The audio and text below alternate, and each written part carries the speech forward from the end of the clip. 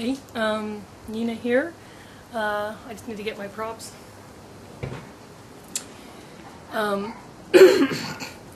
So I'm actually really excited today. I was invited to join an agoraphobia support group by a gal who I met on Facebook, and she's another Elvis fan, and so she's been watching me on my timeline, and I do my daily Elvis. Give us this day our daily Elvis. With the Elvis trivia as part of my daily meditations, and I'm really excited because I can really bring something very different to the group, which, you know, I'm hesitant to say the word, but I think it's actually hope. That's the ultimate goal. But right now, what I'm hoping for is to carry on in the inspiration theme. You know, I went on Facebook at first, and the first people I connected to were artists like Chris Matthews, Vicki Wagner, Curtis Melody, and by promoting them, I attracted people to my timeline. I started talking with people, became friends with people, and you know, sort of that interaction, which you know, sometimes, you know, you don't need a therapist. Sometimes you just do need someone to talk to. So anyways, I created a number of characters to okay. The movie The King's Speech. Now, I did acting in high school, and I did acting actually in university, at Simon Fraser University. And part of, you know, I'm actually now become a shy person, which is, you know, astonishing to people because, you know, I'm making these videos, and before that, as I've said, I actually enjoy public speaking. Speaking in front of an audience is actually a very soothing, comforting thought to me that I would actually welcome doing. Which is why a lot of what I'm getting excited about is thinking about what groups I could become a spokesperson for, and potentially what I could put together to go into schools and talk about bullying, because it, you know, it does get better, but the bullying doesn't stop just because you leave high school. I mean, these bullies end up growing up, you know, growing older, I should say, growing older as well, and end up in the same workforce. So, anyways, part of my characters has been using the various hats. This was for my inner geek, and I'm going to show you the front of the hat is actually a Darwin evolved fish with a tool. And this is the hat I first started wearing, and then my roommate Rhonda bought me this one for over winter. And this became the agoraphobic philosopher.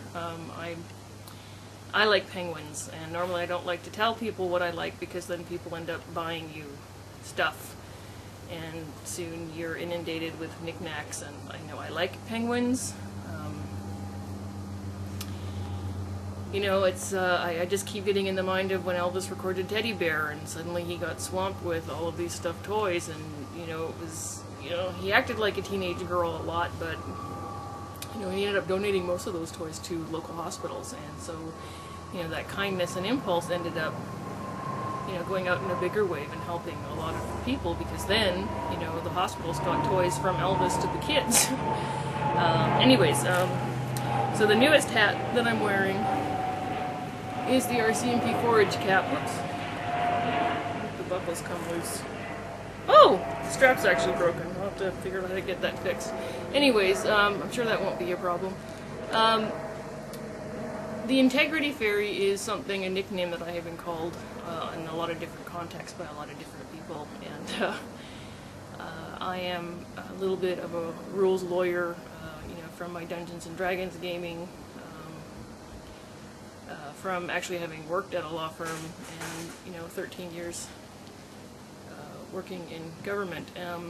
Anyways, the main reason why I wear the hats partly is, you know, being cold, but also I find that with trying to maintain a mindful and thoughtfulness, sometimes you become very unaware of your body, and the hat actually helps to remind myself that there's a physicality limit beyond which you cannot go. And